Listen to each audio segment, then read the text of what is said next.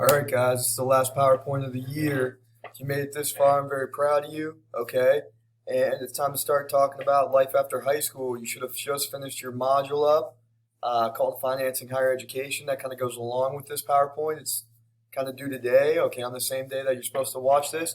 So let's just talk a little bit about a couple different things when it comes to life after high school. So, first one, beware and be wise. Some of your decisions are going to open doors, others are going to have long-term consequences for whatever you choose. And this is the problem. Like a lot of parents don't realize. They say, "Oh, it's okay. You're young. You're still making decisions. Still finding yourself." No, some of these decisions that you're going to make as soon as you leave here are some of the biggest financial decisions of your life, if not the biggest. When you go to a school or college, you go to Penn State, Maine. You're talking, 40 to 50 to $60,000 a year. That's a big commitment for somebody so young. All right, planning ahead for your future will help you find those opportunities, and learning about student loans and credit cards will allow you to avoid those long-term goals. Okay, so not all careers require the same type of post-secondary education. It's the student loan myth. Believe this some of the myths. Believing that student loans are a good debt because they are a path to getting an education is a myth, and you can get your education without becoming a slave to debt, and that's so true. Okay. Start with an end in mind. So you decide you will continue your education at a four-year institution. Well, how are you going to pay for it? Number one, are you going to pay as you go? You're going to have a cash flow. You're going to get a part-time job, and you're going to continue to pay on that semester. So let's say your semester you go to Embro, it's $3,400 for tuition, and you want to pay for as you go. So a good goal for me, if I was paying $3,400 a semester, is to pay half of that semester and then try to make up the other half of the semester during the summer while you work. I mean, why couldn't you do that? Why couldn't you pay 34 semester and then you pay 1,500 off during that 3 4 month semester? So you're left with let's say it's 3,000 as a flat payment. You're left with 1,500. You pay off, so you're left with 3,000 at the end of the summer. You've got 4 months to pay for that. Pay 3,000. And you pay for your first year of college straight out of your pocket by working a full-time job in the summer and a part-time job throughout the year. Is it hard? Heck yeah, it's hard. But like I said, some of the goals that you need to set in your mind from your last career PowerPoint, you have to go. You have to do. Almost 70% of college students graduate with debt. It's easy to sign the loan notes, but that doesn't mean it's the only way. Decrease your loan amount as much as you can throughout your college experience. Some kids will just keep the 3,400 on, and 3,400 plus 3,400. All right, now you're looking at 6,800 at the end of the year. You've used all your bills to buy, do all these different things for yourself for enjoyment. So 6,800 times 4 or 5. Okay, you're looking at close to $30,000 when you graduate now, as opposed to $0. All right, and this is all accumulated over 4 years. It's so easy. As you have it, if you designate a portion of your budget, $10,000 in my mind sounds better than 30,000. So decrease it as much as you can. You'll be in a way better position. You'll have a 4-year degree with only $10,000 of student loan debt if you would go to Embro and 3,400 a semester and you paid half of it off. Statistics: the estimated student loan debt in the country is over $1 trillion. 85 billion of that amount is past due. 37% of students paid their debts on time, and 63% of borrowers had a hard time paying. And nearly 30% of student loan borrowers drop out of school, and more than 50% of borrowers at 2-year schools will never finish.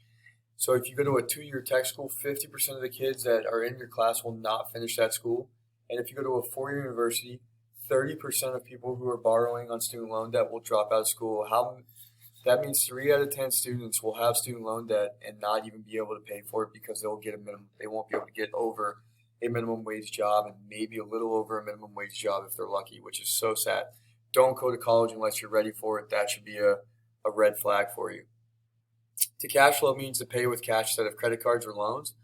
Some of the things you can do to help cash flow: talk to your high school counselor or parents. You can get scholarships. There's all types of scholarships. There's a scholarship for being left-handed you can apply for. Understand how much it is going to cost.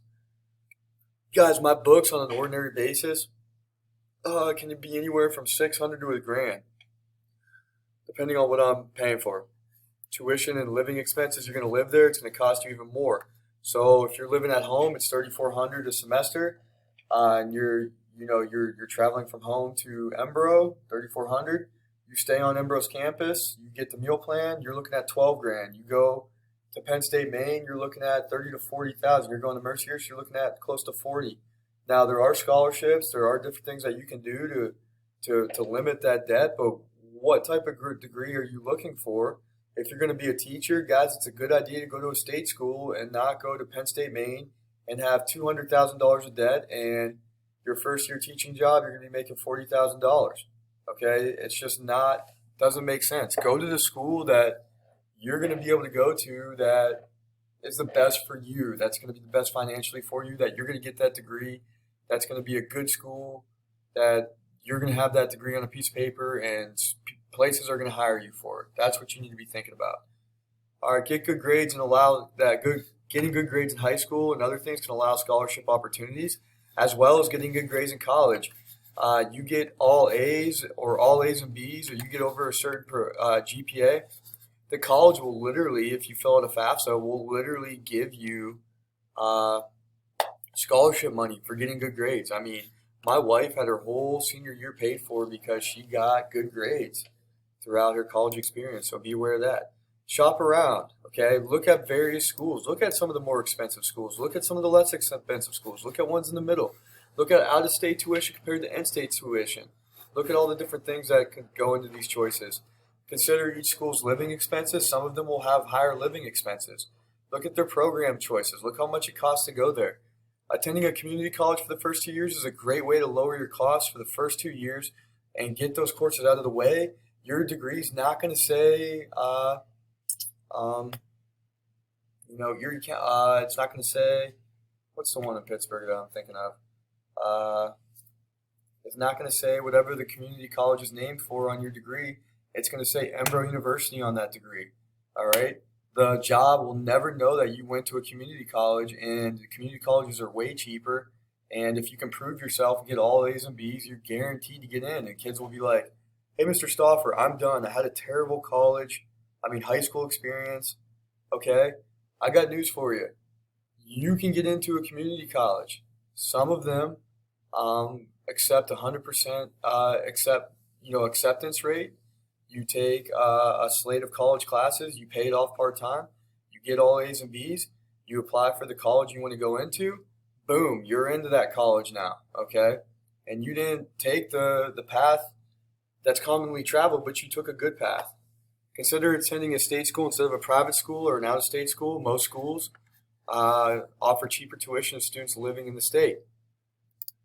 Apply for financial aid. Fill out the FAFSA, guys.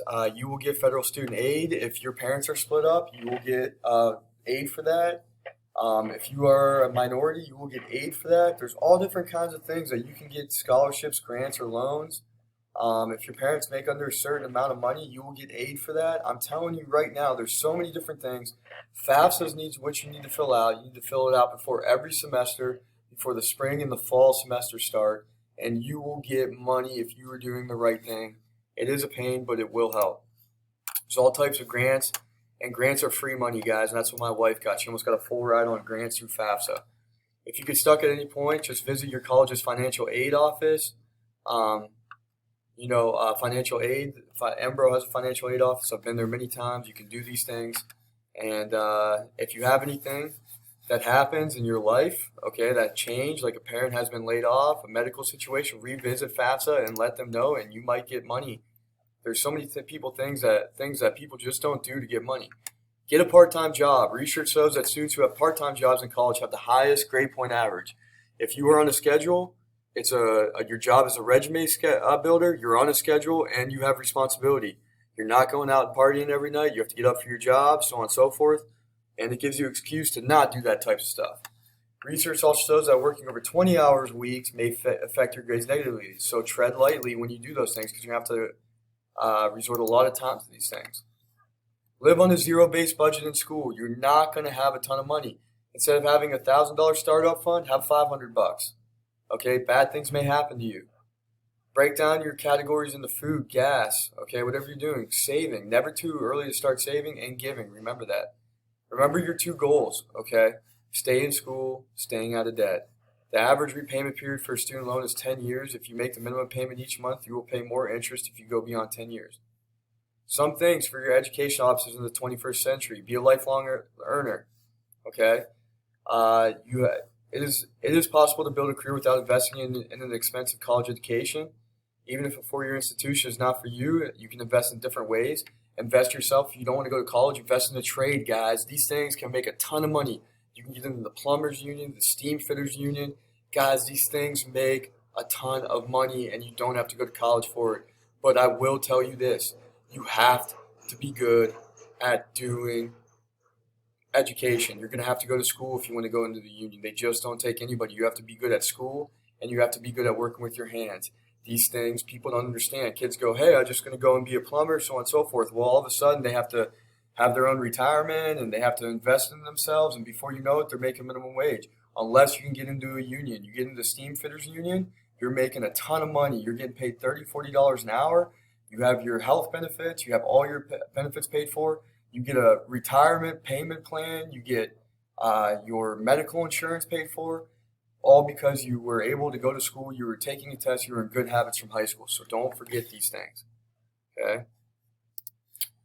You can also do different things: self-education, online courses, on-the-job train at the workplace while you were doing the job. You can move up through a company. You can do this. This is the hardest way. Like I said, trade schools, tech schools. We have had enough lectures. Not this year. If you're going to Sabre, you won't get these. But PTI can hook you up with somebody like this. If you want to go into a specific program, community college, government-funded programs, self-education, 2-year degrees. It's a great option while on the way to doing different things. Also, you can have your little side business, entrepreneurial business that we've had. You might be able to make a couple bucks on the side, and it will be fun for you.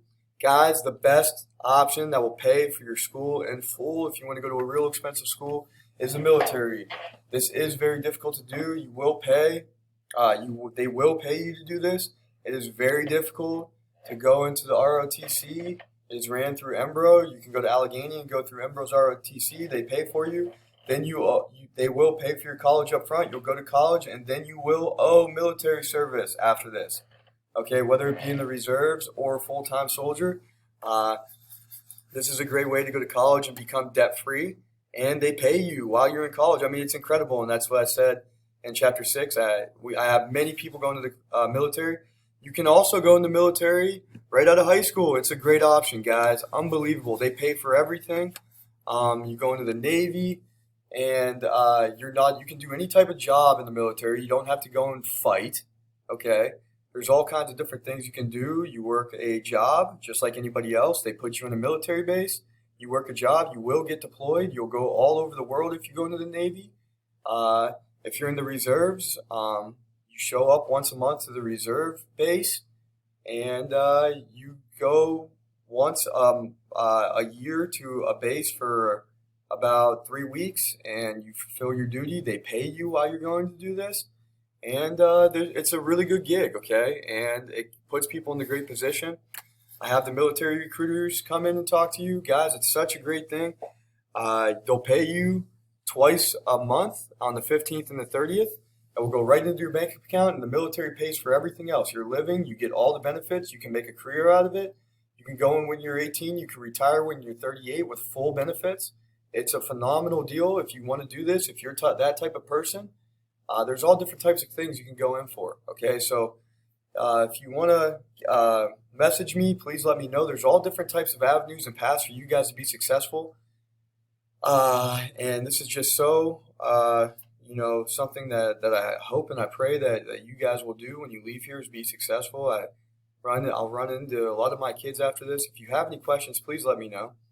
I've really enjoyed the year with you guys, and this is the last PowerPoint of the year. Great job. I'm so proud of each and every one of you. Please get your work turned into me, and make sure it's turned in and you have all your stuff turned in. Guys, your life starts now. All right. Great job this year, and I hope the best for all of you.